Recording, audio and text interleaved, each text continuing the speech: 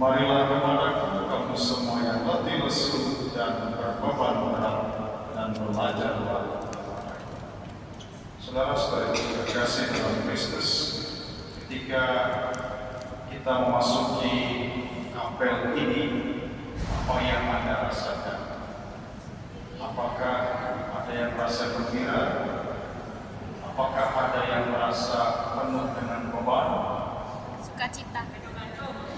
Ada yang merasa mungkin juga banyak pikiran, banyak tekan, problem. Semua itu adalah bagian dalam kehidupan kita. Dan saya yakin dan percaya semua orang pasti akan mengalami apa yang namanya juga masalah. Mungkin ada yang mengalami juga banyak beban. Tetapi ada juga saat di mana kita akan mengalami sukacita. Pertanyaannya adalah ketika mengalami beban atau masalah atau persoalan, bagaimana sikap kita? Ketika mengalami beban atau masalah, bagaimana sikap kita? Mungkin bagi sebagian orang mereka akan mencari teman untuk bersharing supaya tidak menyimpan sendiri persoalan yang ada. Ini juga salah satu metode untuk merilis beban-beban yang ada di dalam diri kita. Karena kalau terlalu banyak disimpan sendiri, itu bisa jadi stres. Jadi bersharing dengan teman itu juga salah satu cara untuk merilis. Ada yang lain yang mungkin berolahraga, daripada pusing mikirin persoalan apa, pergi haji, pergi olahraga untuk merilis. Ada juga mungkin yang tidak mau menyampaikan kepada siapapun, hanya menyimpan dirinya sendiri, dan mungkin dia mengurung diri di kamar, main game, lihat media sosial, membuat diri menjadi senang, menyenangkan diri, nonton TV mungkin. Jadi kita punya banyak metode untuk mencoba merilis beban-beban yang ada. Tetapi kapan kita datang kepada Tuhan untuk merilis beban-beban itu? Nah, ini yang seringkali menjadi problem bagi kita. Ada mungkin yang ketika mengalami persoalan langsung datang kepada Tuhan berdoa. Tetapi yang sering kali terjadi ialah Tuhan itu yang paling akhir. The last itu baru Tuhan. Setelah mencoba mungkin sharing tidak bisa, olahraga tidak bisa, yang lain-lain tidak bisa, pilihan terakhir Tuhan. Baca Injil pada hari membaca kita bersama untuk yang pertama kali kita tuju ialah Tuhan. Ketika kita mengalami persoalan yang pertama, bukan yang terakhir. Yang pertama kita tuju ialah Tuhan. Maka Yesus mengatakan di sini, mari datanglah kepadaku kamu semua yang letih lesu dan berbeban berat, aku akan memberikan kelegaan kepadamu. Jelas sekali, Yesus mengundang, mari datang. Kadang-kadang sudah diundang, mari datang, masih juga banyak alasan untuk menghindar. Nanti dulu Tuhan, saya masih ada cara yang lain. Nanti dulu Tuhan, saya masih hebat, saya masih mampu. Nanti dulu Tuhan, saya masih punya banyak metode-metode atau cara-cara untuk bisa selesaikan ini. Nanti dulu.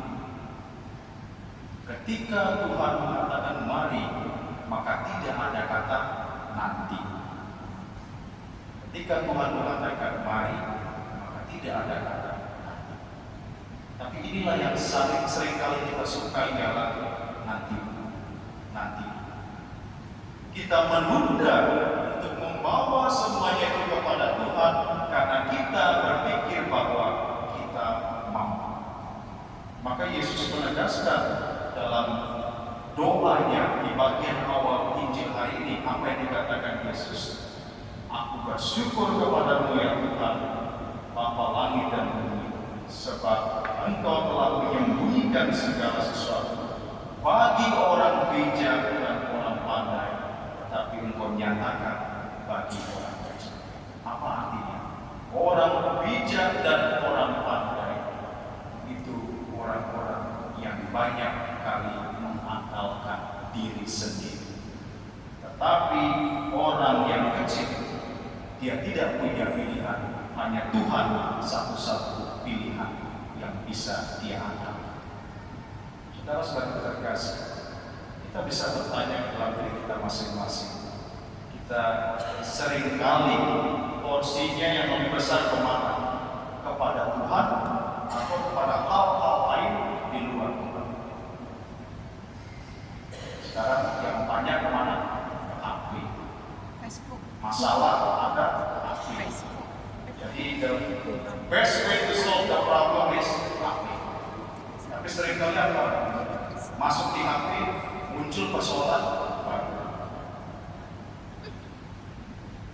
Realitasnya kita berpikir kita hebat, kita berpikir kita mampu, tetapi sebenarnya kita tidak bisa apa-apa. Biar nanti kalau kita tidak mengandalkan Tuhan. Dengar baik, kita tidak ada apa-apanya kalau kita tidak mengandalkan Tuhan. Mengandalkan apa? Buat masalah. Mengandalkan siapa? Makin tambah. Mengandalkan siapa? Tuhan. Tidak ada, hanya Tuhan. Inilah tanda orang yang kuat imannya, yang benar-benar punya iman, kalau dia selalu berpijak kepada Tuhan, bukan kepada yang lain. Kita ini seringkali mengatakan bahwa kita orang Katolik, kita sudah dibaptis mungkin bukan dari bayi, tapi dari dalam kandung sudah dibaptis. Tapi begitu kita keluar dari rahim ibu, masuk ke dunia ini, itu hanya menjadi logo kita saja. Biar Katolik, kami Katolik, kita Katolik, tetapi tidak punya iman. Kita Katolik, tidak punya iman. Orang yang beriman, kunci satu-satunya ialah Tuhan. Tuhan yang menjadi pegangan kita. Maka saudara-saudara itu terkasih, mari kita bersama dalam aneka persoalan, problem yang kita hadapi, kembalilah kepada Tuhan. Terimalah undangan Tuhan, kata, bukan yang lain. Poin yang kedua yang Yesus mau sampaikan kepada kita pada hari ini ialah pikulah yang pasang dan belajarlah. Ini poin yang penting juga. Pikulah gandar atau kopi yang kupasang. Kita tahu itu apa gandar itu kalau yang pernah lihat di sawah, itu kerbo itu mau bajak sawah itu ada bajak itu di atasnya itu ada kayu malang yang besar. Dan itu harus dibajak oleh berapa kerbo? Dua. Tidak pernah tuh satu kerbo bisa bajak. Mati dia. Harus dua. Kenapa? Karena gandar itu menambahkan bahwa kedua kerbo ini harus bisa saling bekerja sama. Dan yang menarik ialah di antara dua kerbo ini, satu itu harus yang paling dan satunya sedikit lemah. Biasa satu yang tua, satunya yang muda. Kenapa demikian? Kalau ditaruh sama-sama kuat, tidak bisa itu. Petaninya pusing. Kerbo yang satu dia akan tarik ke kanan, satu tarik ke kiri. Jadi tidak bisa jalan itu banyak. Tetapi kalau satunya kuat, maka yang lemah ini akan selalu mengikuti. Jadi petani hanya menggerakkan yang kuat tadi kemana dia pergi, yang lemah itu akan mengikuti. Mengapa Yesus mengatakan menggunakan perumpamaan ini? Ini gambaran bagaimana kita harus mengikatkan diri kita kepada Tuhan. Yesus jelaskan mengatakan pikulah gandar yang aku pasang. Artinya apa? Yesus memasang ganda ini supaya kita terikat penuh kepada Yesus. Sehingga kalau sudah terikat kepada Yesus seperti dua kerbau ini, kemana Yesus mengarahkan kita, kita akan ikut. Nah ini jadi problem ini. Kita berpikir bahwa kita ini kerbau yang paling kuat, sehingga kita yang mau tarik Yesus. Yesus ikut saya. Tarik sis. Kita ini adalah kerbau yang lemah. Kita yang harus mengikuti Yesus, bukan kita yang menarik Yesus untuk mengikuti kita. Saudara-saudara terkasih, kita belajar dari apa yang disampaikan Yesus untuk menjadi rendah. Maka Yesus mengatakan kepada kita, belajarlah daripada. Pertanyaan saya terakhir, apa yang Bapak Ibu Saudara-saudari belajar dari Yesus? Pelajaran apa yang sudah Bapak Ibu terima? Kalau kita ke sekolah, kita belajar untuk membuktikan bahwa kita ini benar-benar menerima dengan baik pelajaran itu. Di akhir kita harus ikuti ujian. Yang lulus maka bisa naik ke jenjang berikutnya. Itu tolak ukurnya. Sekarang kalau kita belajar dari Tuhan, tolak ukurnya apa? Tolak ukurnya apa? Apa yang sudah kita pelajari dari Tuhan? Tuhan itu guru kita ini muridnya. Apa yang sudah kita pelajari?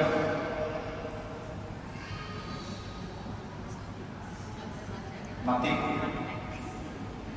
kita belajar dari Tuhan. Yesus mengajak kita belajar daripada Tuhan. Apa yang kita pelajari? Kita diminta untuk jadilah murid yang baik. Kalau Bapak Ibu jadi guru, anak-anak murid itu kepala batu semua, gurunya pusing. Pelajaran juga tidak berhasil karena tidak akan masuk di otak mereka. Maka Yesus mengajak kita semua belajar daripadanya, artinya mengikuti apa yang disampaikan oleh Yesus. Mengakhiri pembeli saya pada hari saya mengisahkan sebuah cerita tentang seorang guru yang sedang mencari penerusnya. Dia memiliki dua orang murid yang sangat baik, dan dia mengatakan kepada dua murid ini, saya beri kamu waktu 3 tahun belajar, dan pada akhir nanti saya akan putuskan siapa yang bisa menjadi penerus saya. Maka murid yang pertama ini pergi kemana? Ke perpustakaan. Dia belajar semua buku karena dia tahu gurunya ini rajin baca buku di perpustakaan itu, sehingga dia bisa menghafal semua buku yang ada dalam 3 tahun. Sementara murid yang kedua, dia ikuti gurunya dari belakang. Kemana gurunya pergi dia ikuti. Ketika gurunya menyapa orang dia ikut ke sana. Ketika gurunya sedang membimbing murid-murid yang lain dia ikut ke sana. Ketika gurunya juga sedang memberi nasihat kepada orang-orang yang lain dia ikut ke sana. Apa yang dibuat oleh gurunya dia selalu ikuti. Pada akhirnya setelah 3 tahun lewat, gurunya memanggil kedua murid ini. Dia bertanya kepada yang pertama, apa yang kamu pelajari? Semua buku di perpustakaan saya sudah baca. Saya hafal semua. Saya bisa menjelaskan semua. Lalu gurunya bertanya kepada yang kedua, apa yang kamu pelajari? Yang saya pelajari adalah saya belajar bagaimana mendengarkan.